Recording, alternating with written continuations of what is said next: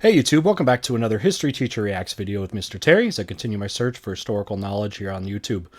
Alright, today's video is titled, Were the Byzantines Actually Romans? Now, if you are even a semi-frequenter of our Discord channel, this has been debated heavily and very passionately amongst people, this idea of the Byzantines actually being Romans. Now, of course, the Byzantine Empire is remnants of the eastern half of the Roman Empire that had fallen in the West, and that's always been something interesting. I mean, some people won't even call them Byzantines. They're like, no, they're the Romans, you know what I mean? But then other people say, oh, no, they're the Byzantines. It's something different. So this is a video I thought would be good to see this perspective, and I guess maybe we'll ignite the flames again, because it kind of died down. But if you have a comment on this, were the Byzantines actually Romans? Watch the video first, of course, and then feel free to comment down below, and of course join our Discord server. So our Discord server, link to that is down below, so I invite you to join that. We have a very strong community of very knowledgeable and personable people on there, and it makes for some great discussion. If you like this video, a link to the original video will be down below, so make sure if you do like it, go to the original video, give them a like and subscribe. Make sure these great content creators here on YouTube get the respect that they deserve. All right, with that, let's jump in. Were the Byzantines actually Romans? By Fire of Learning is this channel. First from this channel that I've seen. I'm Justin. The Byzantines, or more properly, the Eastern Romans, or more properly, just the Romans. But were Depends. they really? I mentioned in my documentary that I thought that the term Byzantine was acceptable as long as it was understood that it was synonymous with Eastern Roman, and therefore not Fair. being used to de-Romify the empire. Fair point. This is a common position to take, but not Justinian. universal. If the Byzantines were Roman... By the way, can we just go ahead and appreciate how cool mosaic art is? The Romans had done this, and the Byzantines, whatever you want to call them. I love mosaic art, having the small tiles painted there, because you can do so much with it. You can make it, ceiling, a floor, a wall, and I don't know. I've always really thought mosaic art was really cool. Then you combine these more Greek-ish styles, just it brings out the color and life. So anyway, side note there, but let's go ahead and go back 5 seconds, get back on track. Common position to take, but not universal. If the Byzantines were Romans, why is there discussion and debate over the issue at all? Fair. Where does the term Byzantium even come from? What important differences are there between the two? Well, in this video, we'll answer all these questions and more, so let's get to it. Cool. Plenty of things I could already jump in and say, but I want to make sure the video gets a chance to say them, like where does Byzantium come from and those sort of things. We'll definitely let the narrator check that out. So, all right, worthy discussion right now, right? I think all the points he said were fair, and let's go ahead and do it and see at the end of this if this changes our opinions at all. Whether you're somebody who already had an opinion on this topic or someone that's new to it, let's learn and see if we can come to some conclusions, hopefully based on evidence.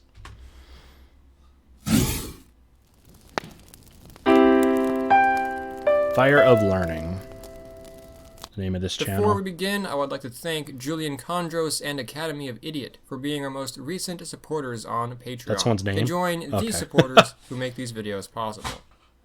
So this debate over the identity... By the way, thank you to all of the patrons who support my channel. You guys are very supportive. I appreciate it. One of the things I know on my channel that Patreon pledgers are able to do is to vote in a weekly poll I put up for a video that will get featured on the channel. And that's a great way that you can support the channel and get a little bit more involved. So that starts as little as $1, and then higher tiers, like the $5 tier, will of course get you that, as well as some Discord abilities and things like that. I'm hoping to improve upon that, maybe with the Patreon, with different types of levels of things. Just haven't really done that yet, but thank you so much also to the patrons of my channel. If that's something you'd be interested, there's a description down below as well, or in the description there's a link down below if you do feel so inclined. Identity of these people naturally reach the comment sections of my recent Byzantine videos. Is this really the Roman Empire or a kind of Greek successor state? Something in between, maybe. Both sides have made good arguments. For me, though, there are 3 questions that have to be addressed to answer this main question. Okay, everyone take notes. 3 things. Let's see if these are compelling. First, where did the name Byzantium come from? The Byzantines never called themselves Byzantines. Yeah. They were almost always the Romans, though they did at times, specifically in the later years of the empire, emphasize their Greekness. Likewise, many of their neighbors recognized them as Romans, though not all of them. I know that's a strong point in the discussions I've heard is they never refer to themselves as Byzantines. They consider themselves Romans. Does that but what weight does that have? Does that really matter, or should the more modern historical classification matter so you get more distinguishing? I know that specific topic about this discussion is something we've talked about online before. Some peoples did call them the Greeks, such as the Holy Roman Empire, which did this intentionally. In 800 AD, the Frankish king Charlemagne was crowned Holy Roman Emperor. In the West, many Westerners viewed this as stripping the title of Rome from the East, and so they were not uncommonly referred to as the Kingdom of the Greeks. That kind of makes sense then, because I hadn't thought of that as deeply as I should. And it's a separate discussion if the Holy Roman Empire was a holy Roman thing or an empire, right? The famous thing, they're not holy or not Roman, not an empire. But it definitely would, I could see, push the Roman title away from the Byzantines or whatever when you have this Holy Roman Empire, and that's crowned by the Pope there. Then what does that mean, the Eastern Roman empires? You just call them the Eastern Romans, or like they said there, they saw them more as Greeks than anything else. But I hadn't really tied the two, but that definitely makes sense. It makes sense for the case of why they're not referring them to as Romans, even back then, by outside groups, because there's a Holy Roman Empire, and that's, again, a different discussion if you find that legitimate. But because then when you have two Roman empires, you know what I mean, and they looked more Greek than anything else, so call them the Greeks. So good point. The name Byzantium, or Byzantion, comes from the name of Constantinople before Constantine I renamed it. That's what it was before. It was likely first used in the 16th century, a century after the empire had fallen, partially to try to separate this medieval Hellenic Rome from the classical Latin Rome with which most Western Europeans identified, and of which, in the case of the Holy Roman Empire, they viewed themselves as the true successors. In summary, Byzantium is an exonym and a historical name, not a name that was in use at the time, though not everyone agreed that they were the Roman Empire. Okay. So, I mean, if it's going to be the site where Constantine builds up Constantinople is supposedly known as Byzantium before that, maybe that's got its name. But then, again, like they said, though, they didn't use that name when they moved the capital over there and operate out of what's going to be Constantinople. Second question. If we do differentiate Rome and Byzantium, where does one draw the line and for what reason? The obvious answer at first seems to be 476 AD. This is the year that the Western Roman Empire fell, and the East would be, for the most part, now left on its own. The problem with this is that the fall of Western Rome didn't actually change a whole lot for Eastern Rome immediately. Life in 477 was not a whole lot different for the people of the East than in 475. The Eastern Romans had been acting independently of the West for quite a while at this point. If you were to ask them who they were in the years following the fall of Western Rome, they would have told you that they were the Romans. Yeah, if you don't know about why there's even two Romes, that goes back to Emperor Diocletian, who kind of had come to and inherited Rome. Rome had a lot of problems at the time, and one of the conclusions that Emperor Diocletian did was Rome was basically too big to govern, so basically splitting it into an Eastern administrative part and a Western administrative part. So if you don't know where that split actually came from, that's where that came from. So by 476, by the time the West falls, because that's when the last emperor is basically unseated in 476, the split had already been gone a long time, and the two states, I don't know, whatever you want to call them, two empires, were developing very differently. You would have seen that by then, because it's been generations now. And yeah, you could see what happens to the West. I mean, it basically gets chopped up by the Germanic tribes, right, that come out of these areas, who had been pushed out by the Huns, kind of that domino effect, Huns pushing in the Germanic tribes pushing into all across the Roman Empire, then officially unseated by Odoacer, right, unseats the emperor, and thus that I guess, dynasty falls. So you got all these other groups, so it's chopped up into pieces, but then you see over here in the east, pretty nice and tidy. Now they did have invasions over here, but they were able to fend them off. The more invasions happened in the west than the east, but the Eastern Empire was able to fend itself off much better than the Western Empire did. And that's because the Eastern Roman Empire was more powerful. It had more resources. It was wealthier, especially with its trade proximity. And when they split the empire up, east and west, I don't know if they had really realized that the eastern half of the empire probably had been carrying the western half of the empire for a long time. And once that split happened, that just made the two Romes go in different directions, right? With the east kind of going up and the west kind of going down. And you see that and it just, happened to also be an easier place to invade for these Germanic tribes, and closer to those Germanic tribes, right, over here that the Romans had long been at war with and been competing with, than clear over here in, Greece, etc. Constantinople had 15 million. Oh no, just the Eastern Roman Empire. I was like, Constantinople, 15 million people, but the population. By the way, the Empire of Rome's population by the time they fell was a fraction of what it was. I've seen that rate, that it being around like 10%, the population of what it was potentially at its height, for a lot of reasons that I have to get into another time. Without a second thought. In fact, though I mentioned they gradually came to emphasize their Greekness, the people of the region identified as Romans right up until the 20th century. The perspective that they were the actual Romans had not changed, and it wouldn't really ever change as much as one might think. Point being, their Romanness was not dependent on the existence of Western Rome. Frankly, right. Very few people really seem to have even believed that the Western Roman Empire had fallen for good, and it would be some time before even that belief was lost.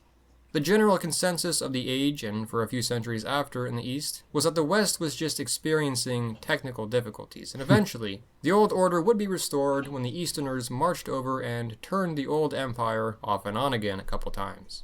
Yeah. Alright, but couldn't we argue Justinian that even if the people of the time weren't really aware of it, 476 was the beginning of a series of changes that separated the East from its Roman past? In a sense, yes, I don't deny that there's some truth to that. However, 476 was not quite the year that the East and West were really split. A very important thing to keep in mind with this question is that we can really see the beginnings of what we call Byzantium over 100 years before the Roman Empire fell.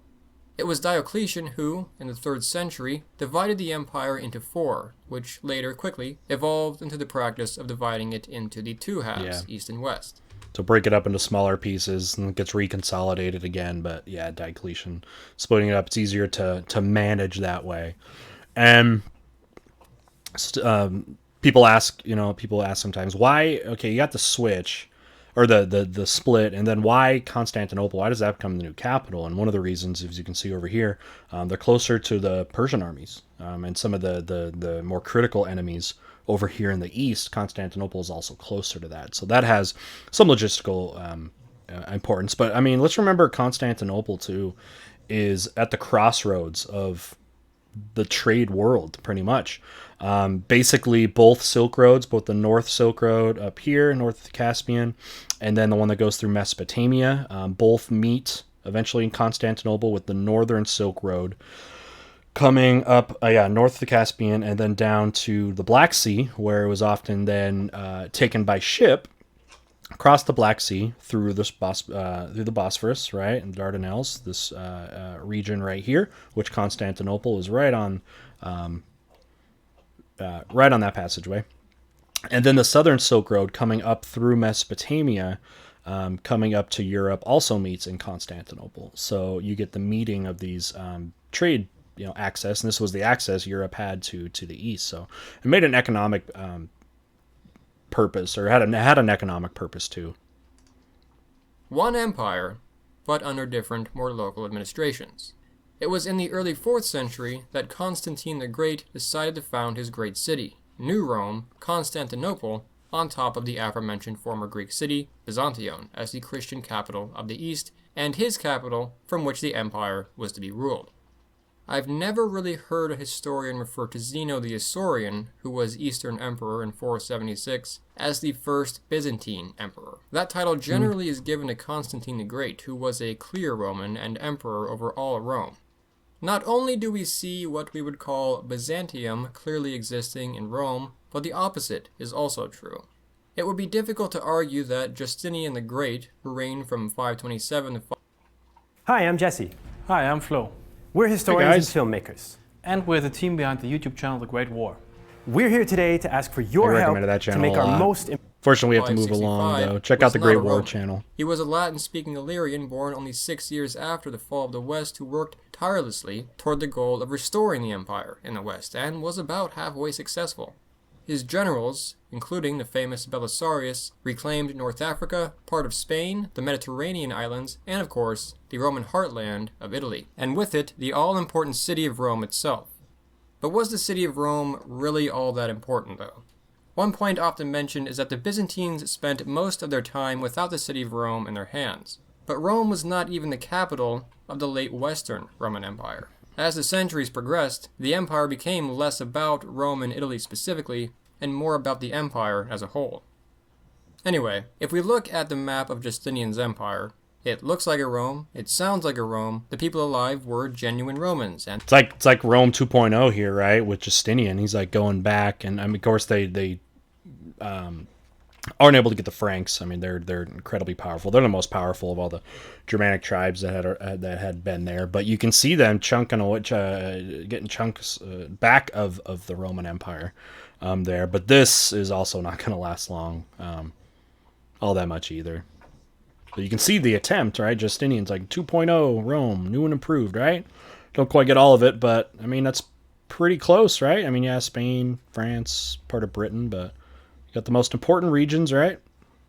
And the children of genuine Romans. They weren't LARPing like later civilizations would. Again, I don't mind the term Byzantium, but it would be difficult to argue that Justinian's empire was not a Roman one. Alright, so maybe Justinian was a true, genuine Roman emperor. However, he is sometimes regarded as the last of the Roman emperors, and we can see why. After him, we start to see the East slowly detach itself from its Roman origins and start to see it becoming more Greek or a more Hellenic. Because I mean, that was kind of the golden age for the Byzantine years, right, of them. The height was really under Justinian, right? So you kind of see him, maybe you can see him more as an extension, far more of an extension of all of Rome with him. And maybe that is where we should say it's kind of done at that point. Now, worth discussing. Civilization. It's at this point where I am a bit more sympathetic to the idea that the Byzantine Empire was a Greek empire. After Justinian, the Byzantines started moving towards speaking Greek. Now, as we discussed in my video about why the Byzantines spoke Greek, the Eastern Romans pretty much always had. Greek was always a major language of the Roman Empire and was common throughout the Mediterranean world even before the Romans arrived. Most Western Roman aristocrats even spoke Greek as a second language. But after 565, almost everyone in the East stopped bothering with Latin altogether, even emperors. Greek culture became dominant. The Western lands, including much of Italy, and as I mentioned, Rome itself, were soon lost. The empire encompassed lands that were a part of the Hellenic world before the Romans came by, almost completely lands that were remnants of Alexander's empire, but eventually, after the Muslim conquest and centuries after of territory loss, mostly just... Go ahead and go back. I mean, look at what look what happens with the Byzantine Empire. The Islamic kingdoms come up. Look at the Abbasids. Their spread was incredibly fast, right? The Islamic groups that come in right away and just start chipping away at the empire in big chunks, basically losing the eastern and southern Mediterranean there. Maybe that's the end of the Roman Empire, right? After the Muslim conquest and centuries after of territory loss, mostly just Anatolia and Greece itself, which were the true heart of Greek civilization to begin with. With this in mind, we may not only wonder why historians bother calling this the Roman Empire, but we have to wonder why the Byzantines still called themselves Romans. I mean, should we stop? I mean, should it be stopped now, the Roman Empire talk? Because there's not even even whether it's Byzantine or Eastern Rome at all, there's not much of any of that. Or are we really going to go all the way to 1453 with the fall of Constantinople? How long are we going to go? Because that's still, another 500-600 years away. So that's, yeah, I mean, look at it. Is that really it? Is it even an empire anymore? That's one thing too. Is it really got a diversity of subject peoples, which an empire kind of needs to be an empire, or have they devolved? And not only this, but why they emphasized it so much and why they even argued over ownership of the term with others, such as the Holy Roman Empire. This brings us to our third question. What is meant by Roman? Looking back at ancient Rome, as the centuries progressed, the Roman Empire became less about in empire of the ethnic Latin people specifically, but rather came to view itself more like the one true empire of the earth. The true order of the world and the view of late Rome was that there was supposed to be one god, one empire, and one emperor, and all deviations of this were just temporary setbacks. I would not at all say that ethnicity was irrelevant to the people of the age, but Rome was a multi-ethnic empire, in a sense. It had to be. Absolutely. It was the empire that was destined to rule over the entire world, all the world's peoples, after all. The Greeks eventually came to view themselves more as the sole inheritors of Romanness, but it was not simply an empire of Greeks, but also the peoples of other various lands they had conquered. There were even many non-Greek Byzantine emperors as well, many Armenians, for example. Yeah. So no, the Byzantines weren't Roman in an ethnic sense. Much of the claim originates from the idea that they directly inherited and maintained the Roman Empire, aka the true civilization. It was much more of a political term than a national term. And indeed, with the exception of the fall of Constantinople in 1204, the Eastern Empire remained largely unbroken from Constantine to Constantine. There wasn't really a single point where they lost their claim to Romanness. Though things did change from within, the eastern half of the Roman Empire just kept going. It wasn't like there was a period of trying to revive an ancient empire, it was really just a continuation of that empire. The core ethnic group of the Byzantine Empire, especially after Justinian, the core culture, the core language, etc., was Greek, and they were aware of that. But these Greeks viewed themselves, as I said, as the inheritors of Roman civilization, and I think that that claim to be the inheritors of Roman civilization, and indeed the continuation of it, is pretty respectable. Yeah, fair. Furthermore, another important note is that the term Hellene to many ethnic Greeks brought up imagery of a pagan past, and their place as modernized Christians was kind of emphasized by being Romans and referring to themselves as such. They were the descendants of Constantine, the great first Christian emperor, and the inhabitants... Let's remember, Constantine, he legalized Christianity, but didn't convert till his deathbed, though.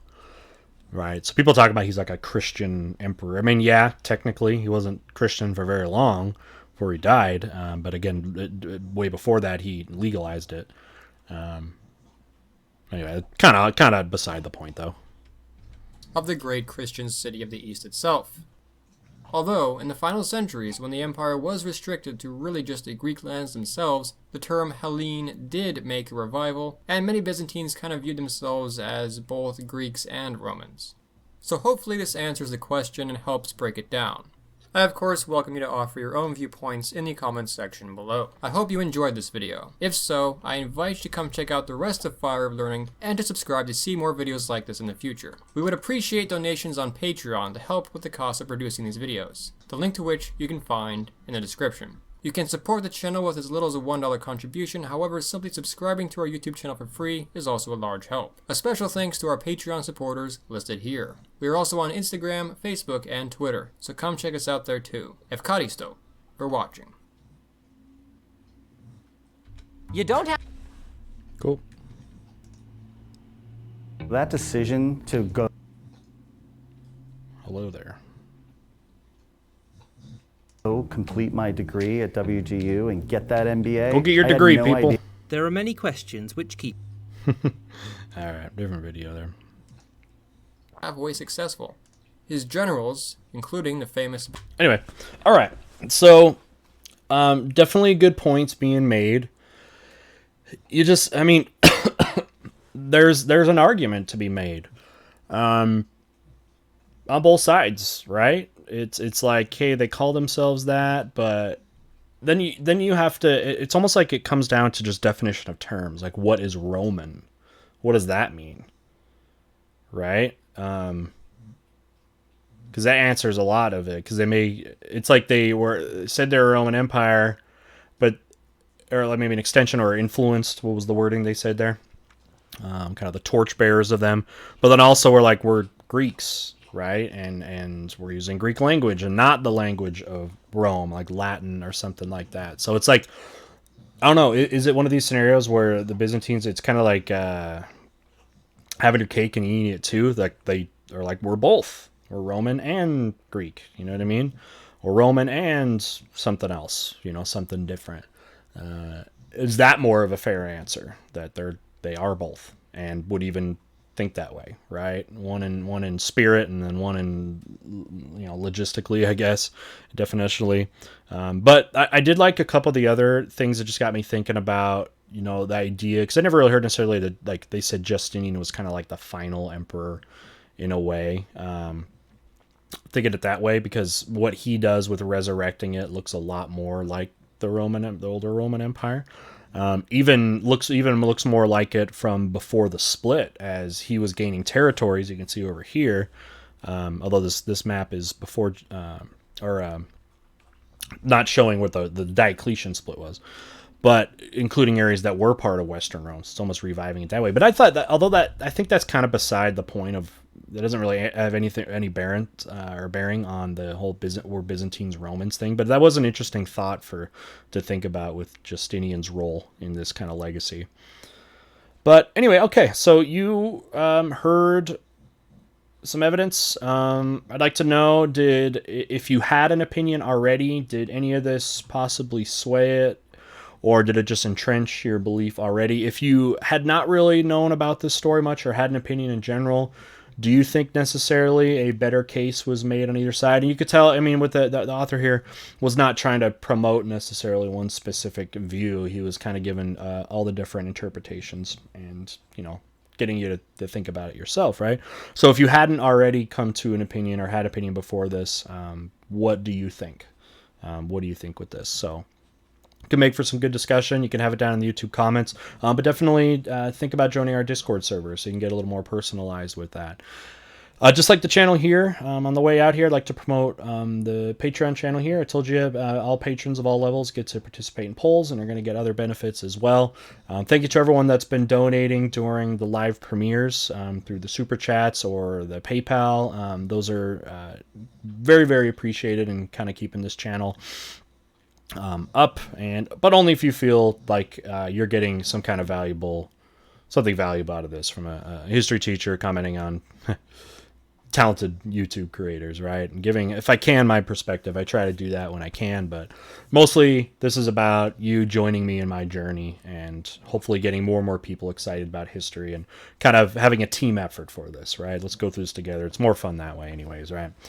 Okay, with that, I think that's good. If you haven't subscribed, love to have you as a subscriber, so you can join us. Definitely enable notifications, because I do lots of, most of my videos, I've been doing live premieres for those, and also other types of live streams, and that enabling the notifications, little bell by the subscribe button, that will let you know when those begin.